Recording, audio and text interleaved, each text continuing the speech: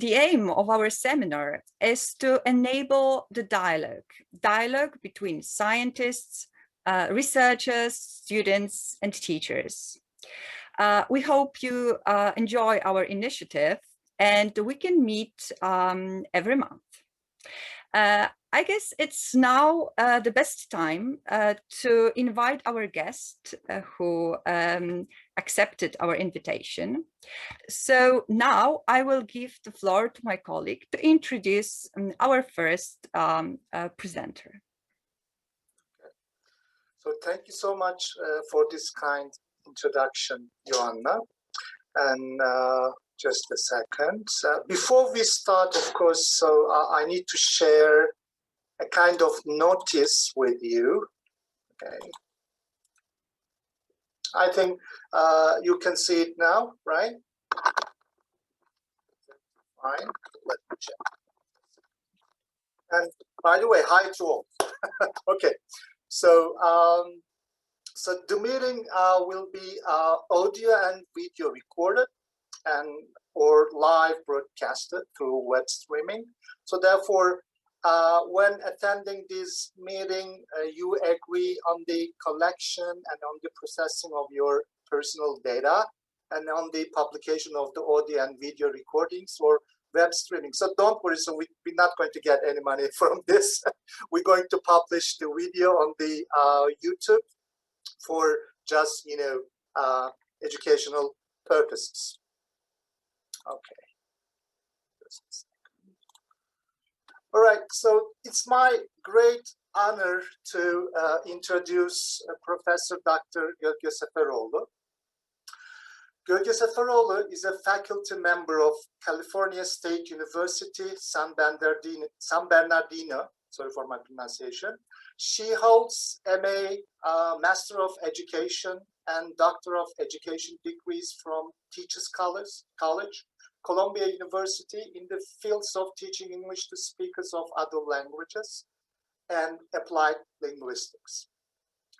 Dr. Seferoğlu worked at Middle East Technical University in Turkey for 23 years and trained thousands of English teachers at the pre-service and in-service levels and supervised 44 MA and PhD theses. By the way, I am one of those MA and PhD, you know, authors. So I am one of the students of Professor Dr. Gölge Seferoğlu. It's a great honor to be a student of her. She has conducted many funded research, has published in respected journals, and has been cited extensively.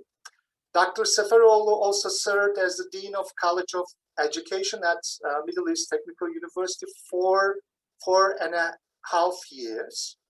Her research interests include social justice in English language teaching, technology-enhanced language learning and teaching, pre- and in-service teacher education, and quality in education. Okay.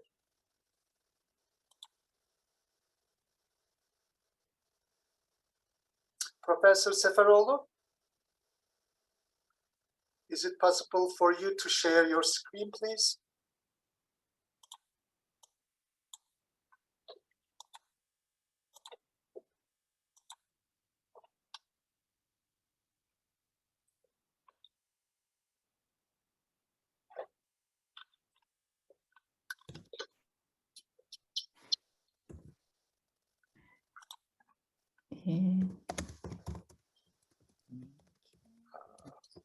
So we are having some kind of a technical problem. Yeah. So, Joanna, could you please?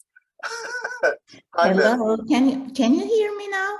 Yes, we can hear you. Okay, wonderful. And if you can let me turn on my video as well, that would be great. I mean, if you want to. Okay, just a second, please.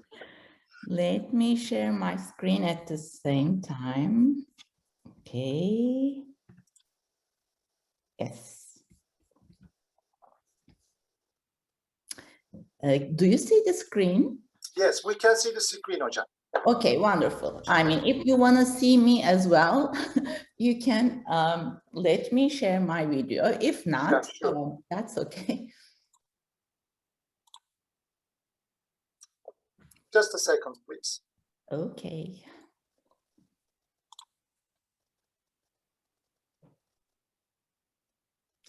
While Ferit is turning on the video, I would like to, well, I'm really excited, delighted, thrilled.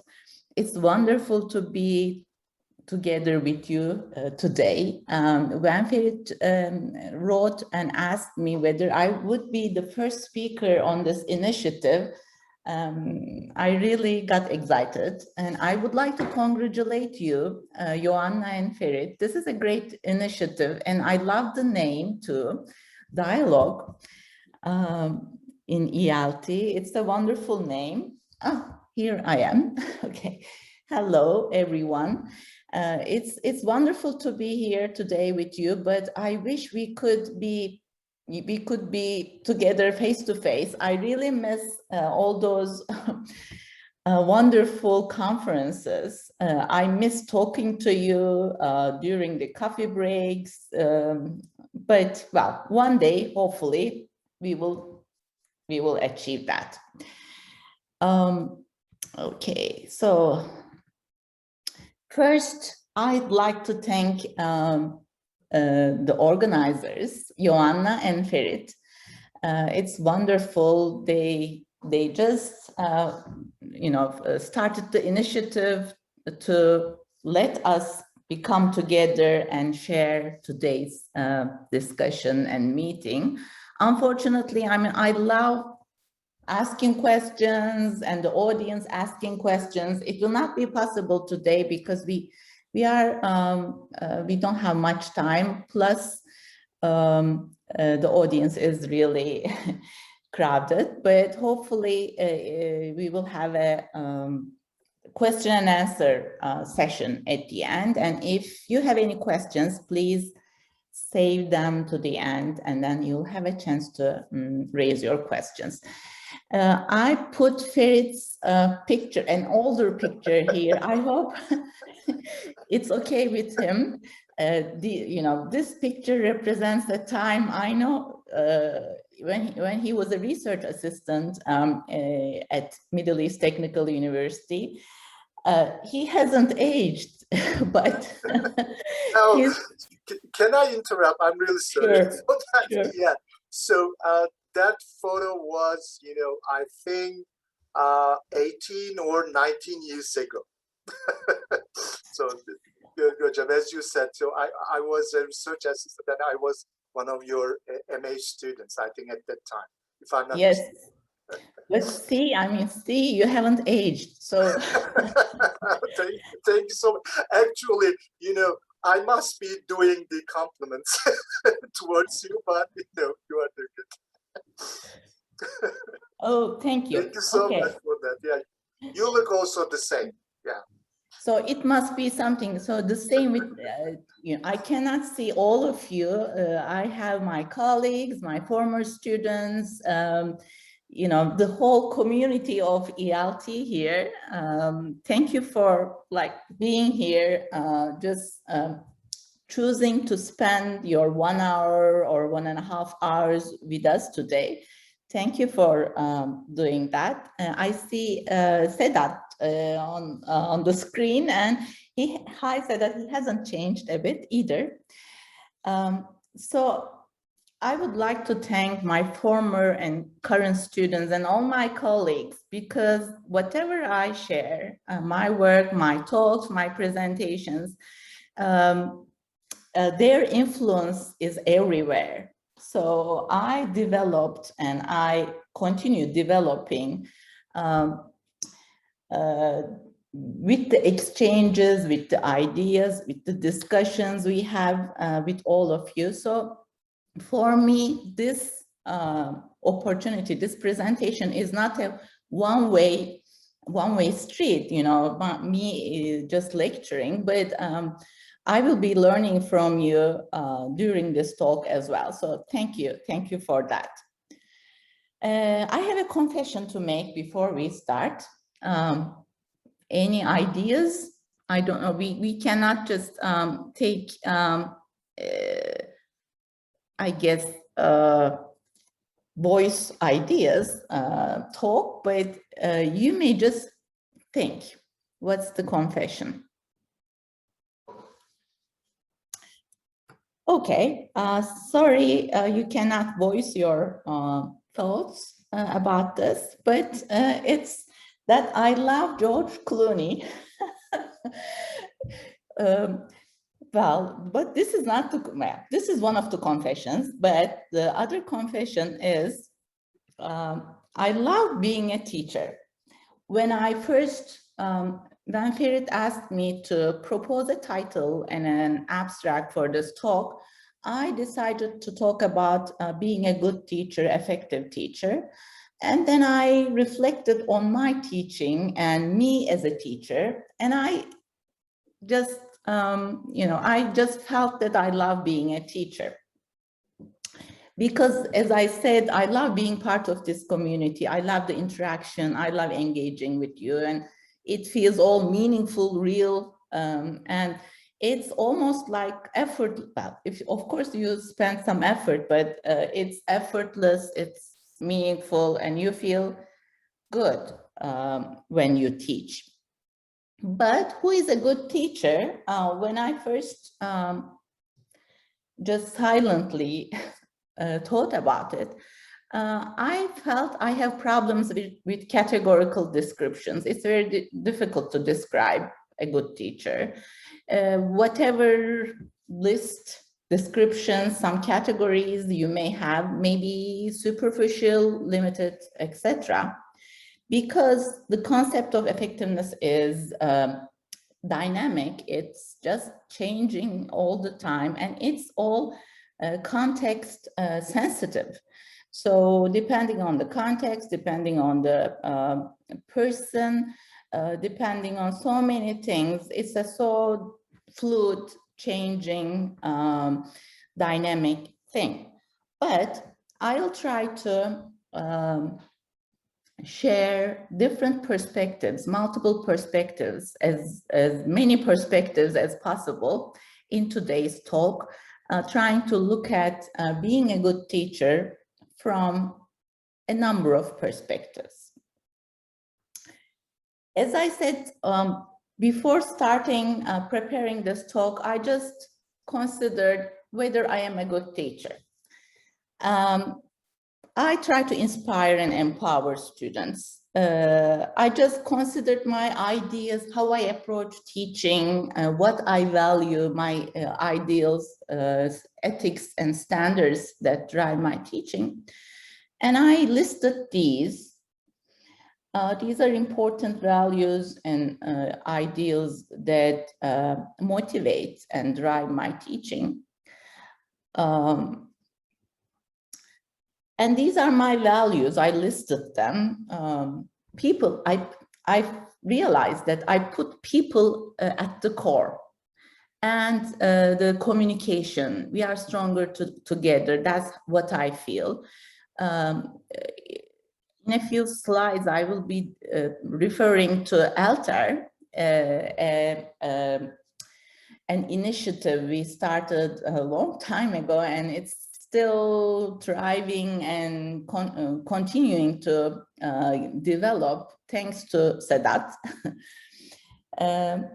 So my teaching approach, I considered I'm passionate about my work. I try to be a role model. And I love it when I hear people take me as a role model. Just a few days ago, one of my students here at Cal State said, you know, you are my role model. And this is the first time she's taking a course with me, and we are in the 8th week of classes. So, you know, in 8 weeks, becoming a role model for her, it's nice. You feel good about your teaching, and so you think that what you do is meaningful for others as well. Okay, I am Google. I haven't received, I'm not receiving any like money from Google. It's not an advertisement. What does this mean? Here, because my name is challenging, sometimes when when I receive email messages, I see that they type not Dr. Gölge, but Dr. Google sometimes, or perhaps, you know, the automatic spell checker just corrects it and makes it Google. And at first I was, you want your name to be typed, spelled correctly. But later I thought maybe it's not a bad thing to be Google, because you know everything, people ask you everything and you have all the information. So in relation to being a good teacher, I considered this being Google, being a Google teacher. Is it a good thing? Knowing everything and your students consult you as they consult Google to learn things. Is it a good thing? And I felt that it's not. I mean, I don't want to have all the information Google has. Have we lost the, do you see? Okay. Do you see my screen? Yes.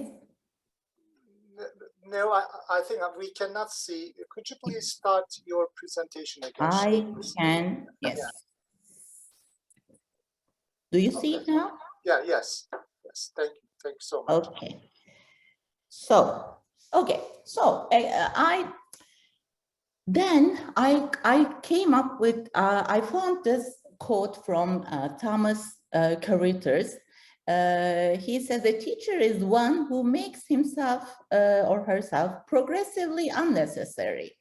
When I consider my relationship with my students, I think I am not a good teacher, because I continue having relations, discussions with my students. It may be like, it has been 10 years, 20 years sometimes, but I still have connections with my students, and we personally and professionally as well. So I just thought perhaps I'm not a good teacher because perhaps I haven't made myself unnecessary. Okay, so when you look at research on the relationship between student learning and different factors, a lot of research found that student learning depends much more than anything else on teacher learning. So if teachers are learning, then students learn. Then a good teacher is a lifelong learner. So if you're a lifelong learner, then you are a good teacher. But is it enough to be a lifelong learner to be a good teacher? In this age of globalization, and especially like for the past year, the teaching has changed. Now we have digitally mediated teaching and learning. And so it's being a good teacher is perhaps more challenging these days. For the past year, we have seen this. Even good teachers or teachers who considered themselves good had to change and adapt to this digitally mediated environment. We see in the past, some of my students might recognize this Dead Poets Society movie. I used to have my students watch this, especially in the freshman classes. So we see movies on teaching, teachers, good teachers, bad teachers, etc. So these are some of the movies on teaching. And like 5 years ago, the Economist just put on the cover this, how to make a good teacher. So this was on the cover of the Economist, and like inside they had different sections on what makes a teacher good teacher. We also, in the professional side or the academic side, we have different competency frameworks which try to define a competent or good teacher. So we have in Europe, we have the profile for language teacher education. In United States, we have Council for the Accreditation of Educator Preparation Standards. So these are the TESOL standards. So they include 5 standards. One is knowledge about language. The second standard is the sociocultural context. The third is planning and implementing instruction. And the fourth is assessment and evaluation. And the fifth one is professionalism and leadership. We have British Council's competency framework, Cambridge competency framework, and we have the European profiling grid. These frameworks can be used in different ways to assess whether teachers possess these characteristics, competency characteristics. And I would like to mention one of my former PhD students' thesis. I think Gülden is also here. I cannot see the whole picture, but she was gonna be here. She has done a great study with 5,000 plus English language teachers in Turkey using the European profiling grid. These were her research questions. I'm not going to read them since we don't have much time. But I would like to focus on 2 things. First, language proficiency was mentioned as an important construct by 5,000 English teachers in Turkey. And personal characteristics, personality traits and personal qualities of teachers were also mentioned. As you see, more than 60% of all teachers mentioned personal characteristics as the most important qualities of good teachers.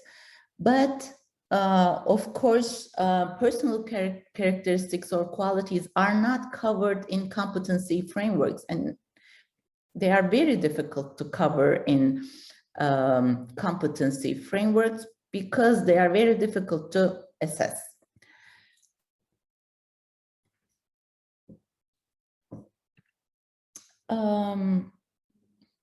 Okay, so when we consider complex role of teacher characteristics, we see that it involves knowledge, skills, beliefs, values, motivation, and also metacognition. And the competence also, it's not only cognitive, but it also involves interpersonal and intrapersonal aspects, categories. So perhaps that's why it's very difficult to assess them. Because, for instance,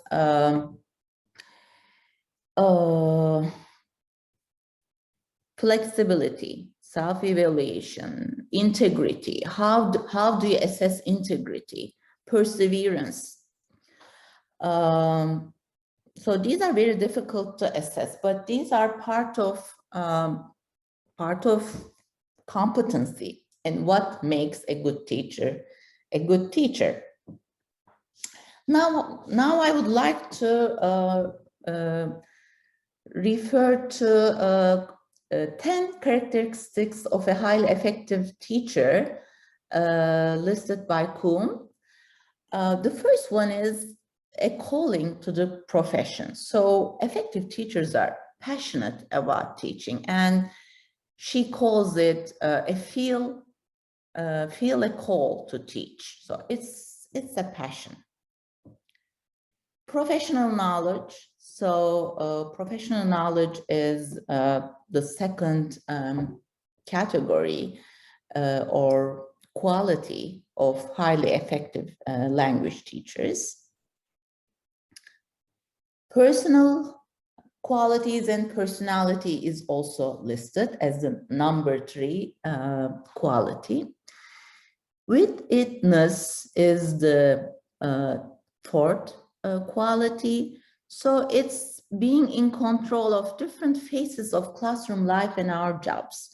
So you need to multitask, you need to be able to adapt to changing needs and demands of the classroom and the profession within this quality. Instructional effectiveness is the 5th. Good communication skills is the 6th.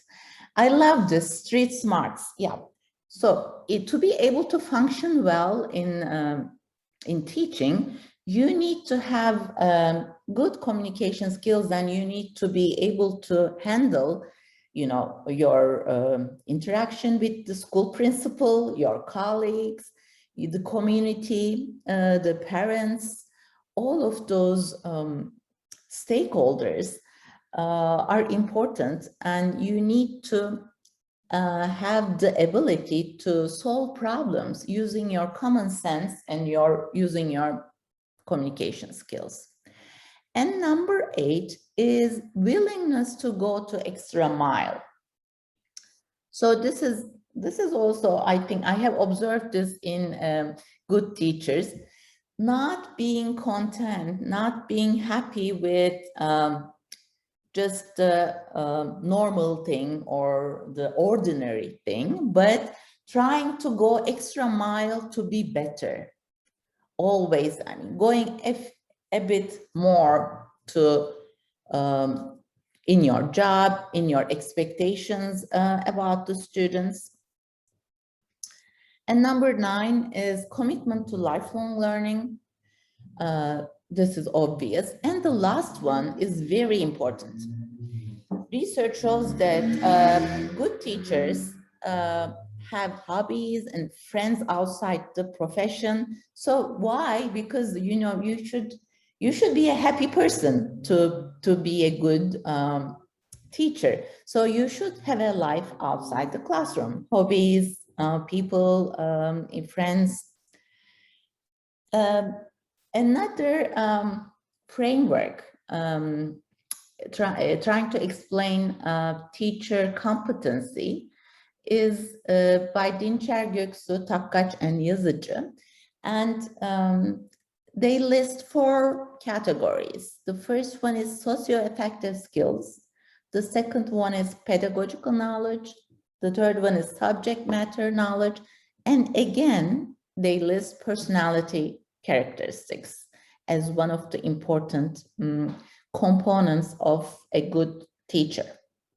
So they list, for instance, here you see having a sense of humor, caring for students, flexible, optimistic, but at the same time challenging, and having reasonably high expectations. So you see many of the characters overlap between different studies.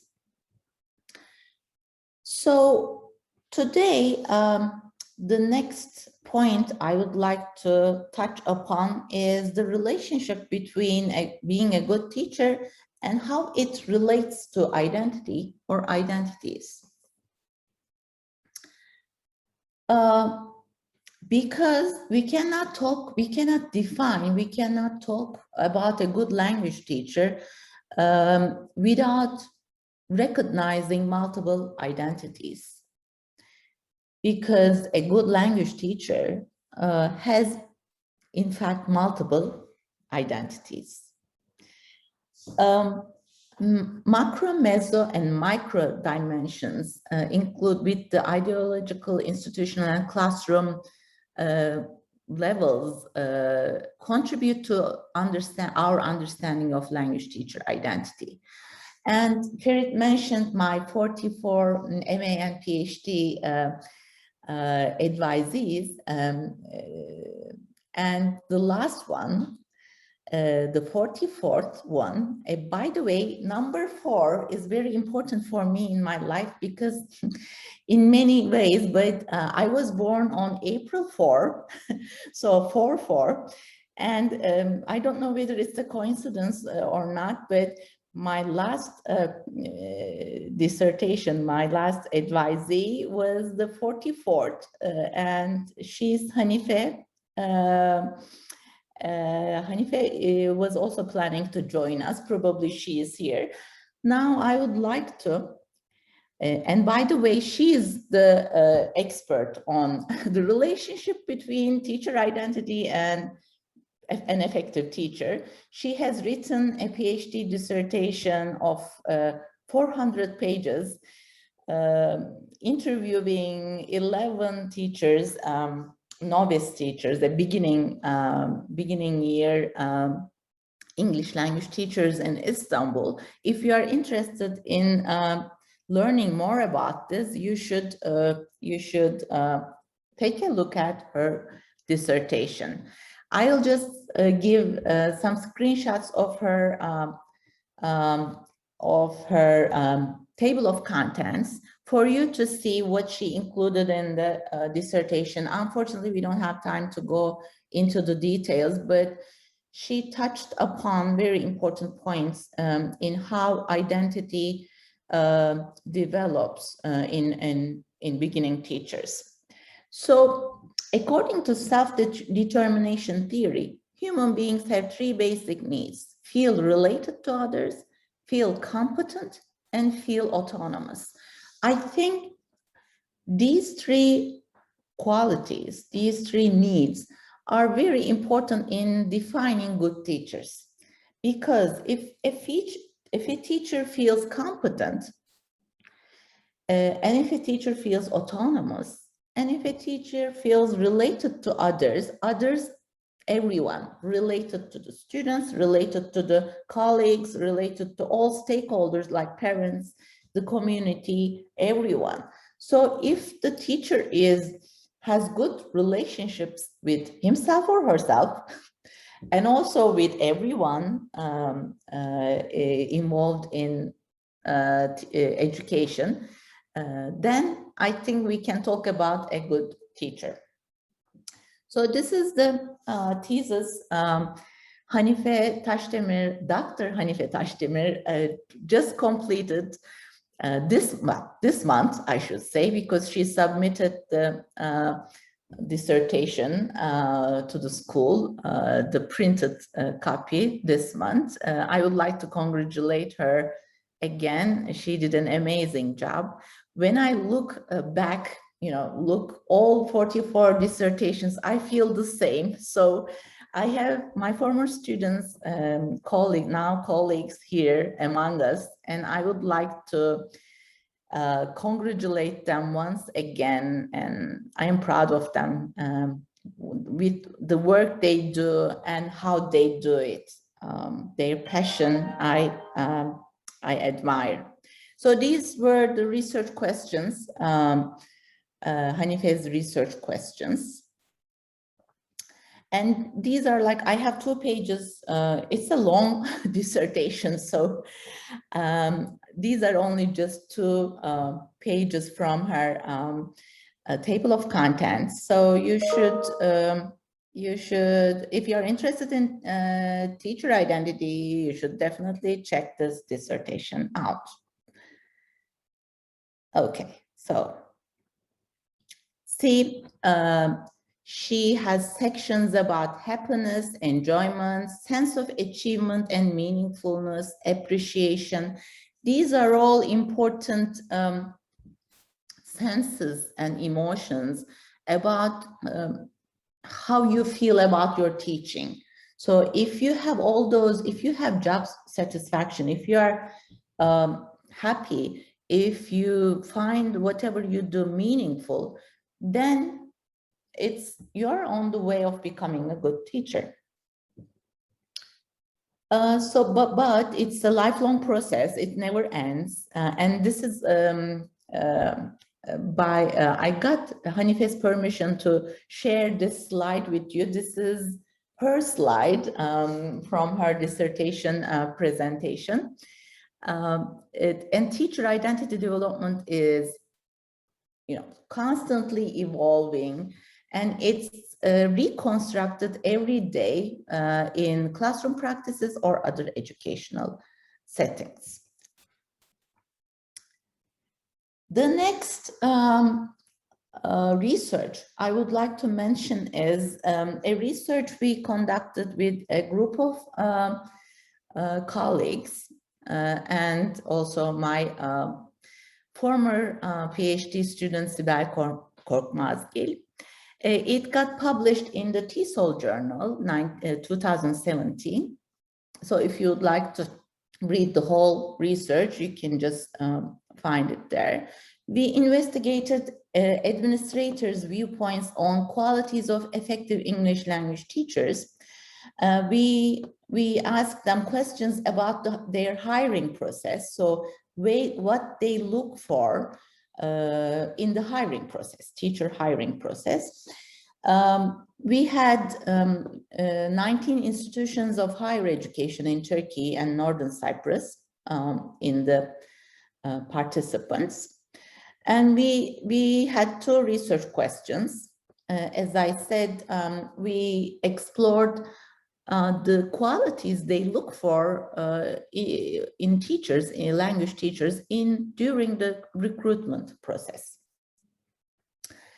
And I should, for those of you who are not familiar with the Turkish context, I should briefly mention that in Turkey, in higher education institutions, we have English medium instruction universities, and there are they may have first 1 year prep language class, a compulsory prep year. So these administrators were administrators of that School of Foreign Languages, giving classes to first year, first compulsory preparatory year students. So this is the context.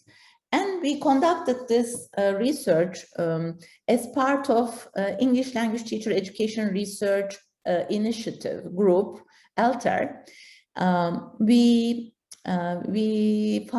started this group a long time ago. It has been more than 10 years. And this is the address if you are interested in becoming a participant, a member. So these are the committee members. And we conducted this every year. We organize meetings and we design and conduct research and then publish. So this study, which got published in the TESOL journal, was we conceived this study, we just designed this study, and we planned everything in those altar meetings, colloquiums. So this study, I don't want to get into details of the data collection and etc., but at the end of the study, with the administrators in 19 institutions of higher education, we found that they looked for 4 things they value: language proficiency, openness for professional development and self-reflection, character, and pedagogical knowledge. So you might ask how they look for, how they assess character. Of course, they cannot by any using tools, but what they said was they have interviews, and during those interviews, they just look at the person, whether the person has a positive attitude, whether the person smiles, whether the person is confident, etc. So the character qualities they observe during the interviews, they said. Yeah, and they listed all of those things. And one thing they mentioned, I would like to highlight, is presence. I think presence, teacher presence, I think is very important. Because like if the students do not perceive the teacher as present in the classroom, that influences their learning. So to have presence in the class, the teacher needs to have some qualities like confidence, knowledge about the subject, knowledge about the profession, pedagogical content knowledge, all of those things. It doesn't develop quickly, but it's an important part of being a good teacher, I think, this presence. Okay. Last but not least, I would like to mention a very new publication of ours with Sibel Korkmazgil, a former student of mine, again working at Sivas Cumhuriyet University. This publication is just online for now, but it's going to be published in the printed journal soon. But you can have access to the online publication right now, currently. And we looked at teacher professionalism, and there we also describe good teacher qualities. So since we don't have time, I'm not gonna get into details about what we found and what personal traits, how personal traits and values are important in teacher professionalism. So, okay, after reviewing all the research and literature, I have some, I have my own perspective, and I have other things I think might be important in defining a good language teacher. One is good teachers are daring. They challenge themselves to expect more, and they dare to be more. And more importantly, they want their students to have the same quality. So they challenge their students, but in a positive sense. So not in a threatening way. So they also challenge their students. I like this cartoon. You know, sometimes we look for an easy way.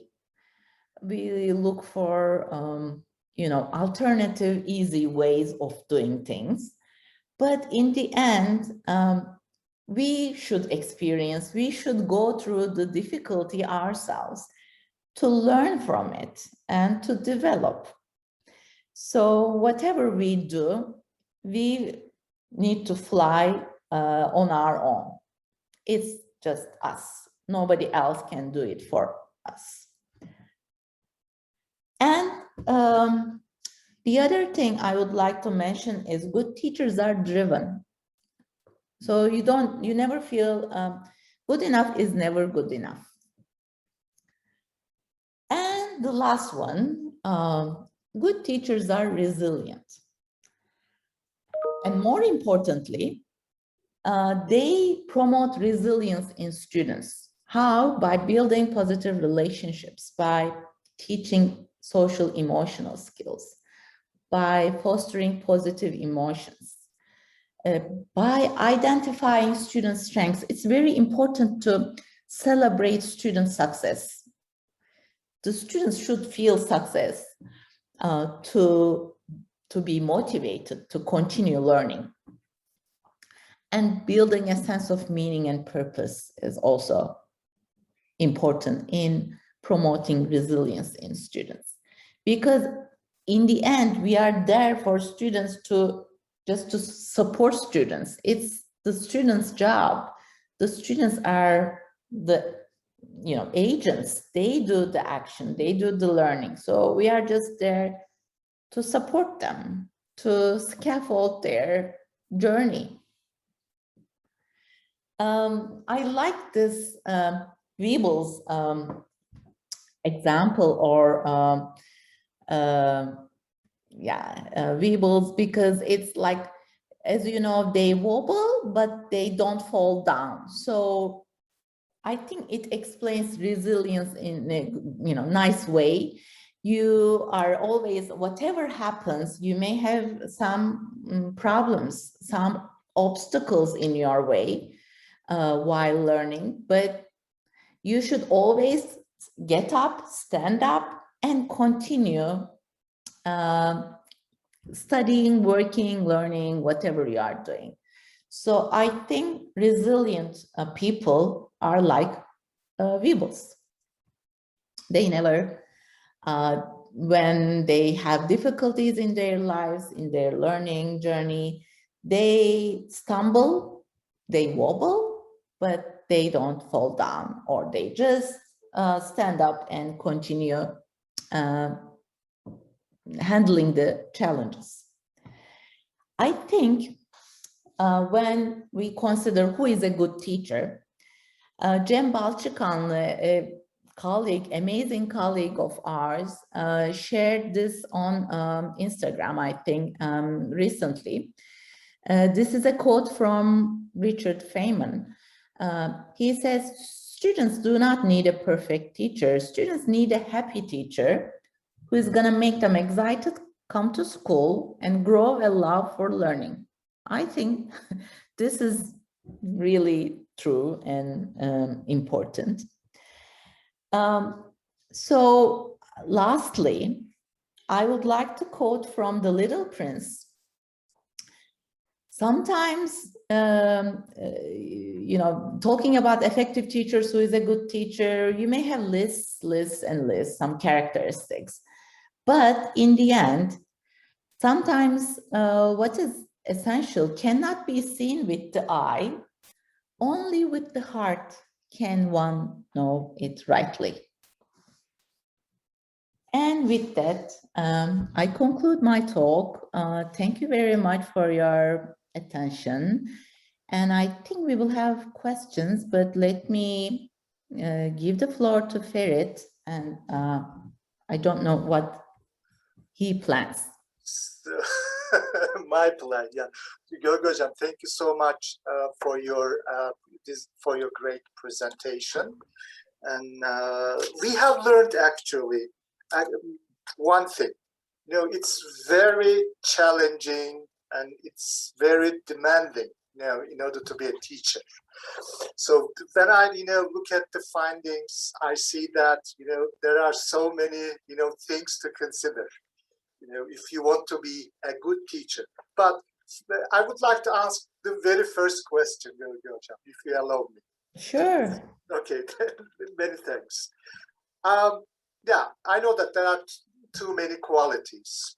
I mean, teachers have to do this, do that, etc. But if somebody comes and asks you, what are the two main qualities? There are so many qualities, but in your opinion, what are the two main qualities in order to be, a good teacher? There are so many, I know. Yes, but I have an answer. Actually, you answered, on the last two slides, you answered the question, but in your opinion, I just want to know. Okay, I think one cannot inspire others if that person does not have a good relationship with himself or herself. So I think the first one is a good teacher should have good relationships with himself or herself. So should be, calm, should love herself, should not have any issues with herself, himself. So should be happy, and confident and loving person. So loving himself or herself. And the second thing is this relationship with others. So relationship with yourself should be good, and relationship with others should be also good. So you should know how to dance with others, psychologically or emotionally, whatever. This dancing thing is a label Doğan Cüceloğlu, who just passed away, used. He said, we should dance with the challenges, everything, difficulties, people. We don't fight with them, but we should just dance. I like that, idea of dancing. So we may have many challenges. There are many people we need to deal with: administrators, our professors, instructors, students. So, when you're a teacher, you have so many relationships with so many stakeholders, and you should have good relationships with them. So okay, I just talked very long, but in short, just two things: having good relationship with yourself and having good relationship with others. I think it's the most important thing. Okay, thank you so much, Hocam. So I'm checking the messages on the chat box. You can ask your questions, you can type your questions, or you can also raise your hands and you can, yourself ask the question. We have two options for you. Hocam, I think you answered all the questions because, no great. questions, they say. That's great. And I don't want to take time from Rachel and Roger. So maybe we should continue with them. And if you have any questions at the very end, I can take questions later as well. So I think Burak has written something there. The main thing is to have or not to have likability. Almost the same answer, actually. So to love yourself and maybe not to love others, but to dance with the others, Yes. Yeah, so we cannot love, each and every one, of course. All right. I think one of the participants would like to ask a question. Erdem Akbas, yes? Could you? Okay. Yes, Erdem. Just a second. I should unmute him. Just a second, Erdem Hocam. I cannot see. I cannot see your name here. Just a second. Right. Okay, Erdem Hocam, the mic is yours. Could you please unmute yourself? Okay. Okay. Hi, everyone. I hope you are all fine. Actually, I'm not actually. Dear Gölge Hocam, thanks a lot for making us think deeply with respect to the teacher qualities. I'm really sorry if my voice is croaky, since I have some problems with my voice here. But I would like to share something from my own context. I keep telling my students that your next class will be your best one in your career, but do not just wait for it and work for it. Thus, we as teachers should always go back into our earlier class experiences and reflect upon this or upon them to have a better one in the next class. That's what I think. And teaching profession, as Ferit Hocam just indicated, is quite demanding from many perspectives. And some teachers may not have the required qualities, but they have their time, excitement, they should have at least.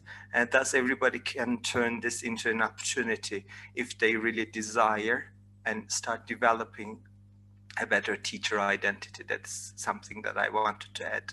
Thank you very much, Hocam. Thank you, Erdem. I'm sorry to hear that you are not feeling well. I hope you will recover soon.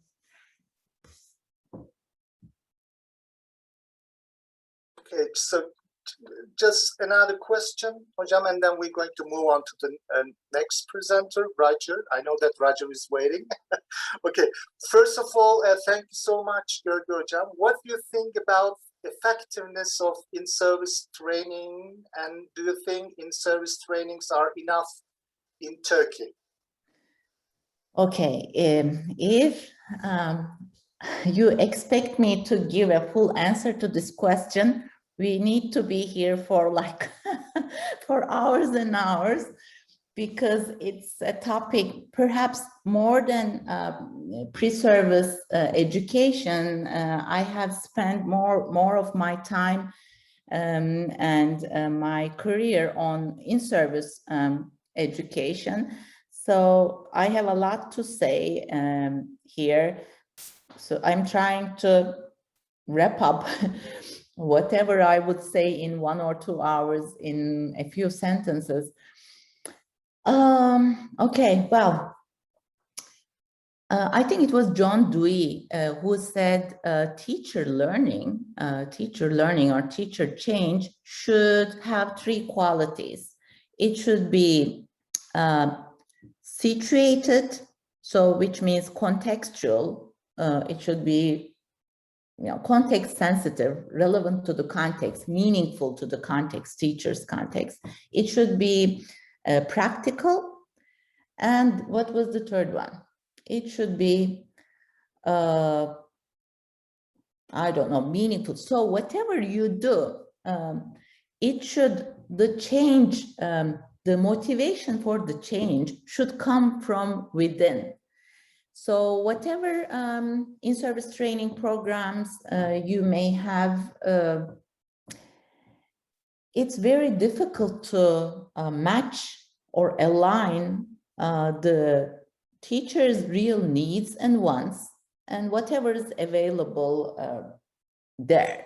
So ministries or states are wasting money trying to organize in-service training programs, but it's not doing any good.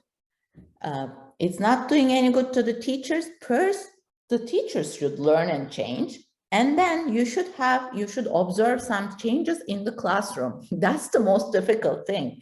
So in-service training should have effects on the teacher, and then it should translate. It should just have some effects on the learner's learning. That's the most difficult thing to achieve. But to be able to do that, teachers should learn through those in-service training or education activities, and then they should try to use it in students' learning. It's very, very difficult, and it's very rare, and unfortunately all the examples, most of the examples I observed were not successful. There was one successful attempt, and Fatma Gümüşok, another student of mine, former student of mine, did her dissertation on this group of successful in-service training program I was part of between the years of 2008 and 2012. So if you are interested in that successful program and how the participants developed, you can read her dissertation, Fatma Gümüşok's. Thank you, Ferit. Thank you so much, Gölge Hocam, and it's great to see you again, at least online. Hopefully, maybe we're going to meet again face to face. Okay. Hopefully. Thank you. Thank you so much. Joanna? Yes, thank you once again, dear professor, for all your encouraging words. It's not an easy job to be a good teacher, but I guess it's a great thing to have a teacher like you. If you find time to read the comments on chat, it is really great. People keep writing great things to you. We have many questions, but unfortunately, the time is running and we have 2 more presenters. So if you could at least maybe write a few words to these questions and not leave them without short answer, that would be great. And thank you once again for accepting our invitation. It is great to have you here. It has been my Thank pleasure. you once again. Thank you.